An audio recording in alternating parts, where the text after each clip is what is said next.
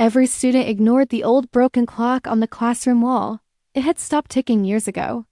Its hands were stuck at 2:47. Dust had covered the glass.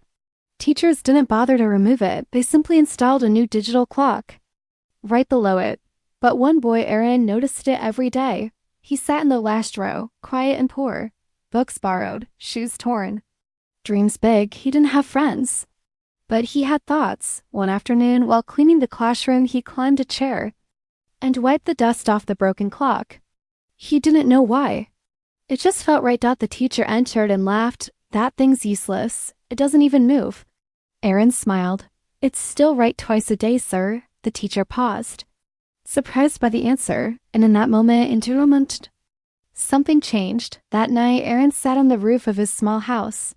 The stars were out, but his mind was elsewhere. He kept thinking about the broken clock. Useless things still have value. He whispered to himself, maybe broken people do too. His father had left when he was 6. His mother worked late, cleaning offices no one cared about. Life had taught Arin one thing: nobody gives you success. You build it silently.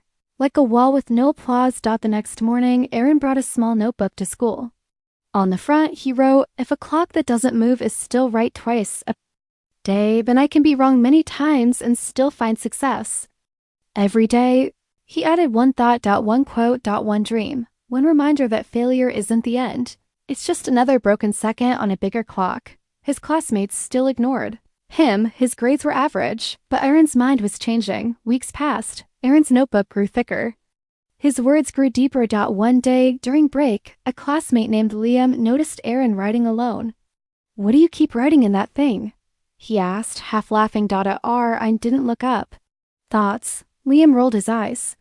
"Thoughts don't change anything."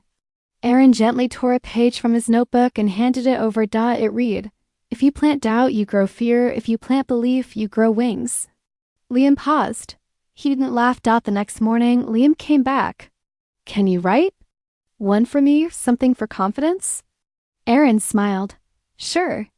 By the end of the week, 5 students had quotes from Arin in their pockets. By the end of the month, the teacher asked Arin to read his lines aloud every Friday. The boy who once said nothing now made others believe. Not with big speeches, not with perfect grades, but with quiet words that shook silent hearts. And all of it began with a broken clock. It was the final math exam, the one that decided who would qualify for the National Scholarship Program, a chance to study in the best schools far beyond Arin's small town.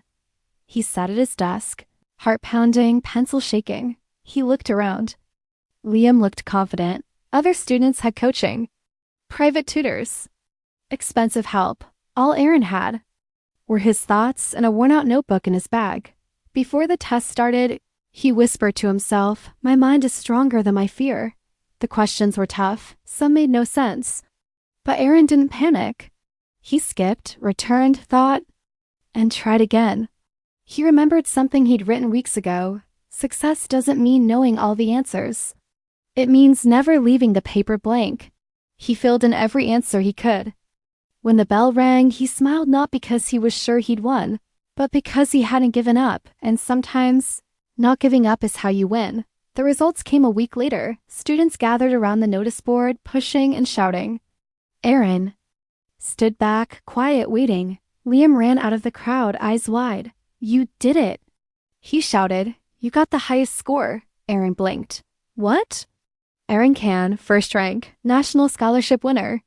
Everything slowed down. The boy in torn shoes. The boy with no private tutor. The boy who once felt invisible was now seeing out. His classmates clapped. Some teachers teared up. But Arin?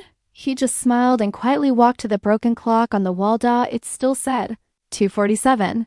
He reached up and taped a small piece of paper next to it. It read, "Broken things still matter. It's the belief behind them that moves the world." The teacher saw it and for the first time in years didn't laugh. He whispered, "That's the art of success." Months passed. Arin now walked the polished halls of a top city school. His books were new, his shoes fit.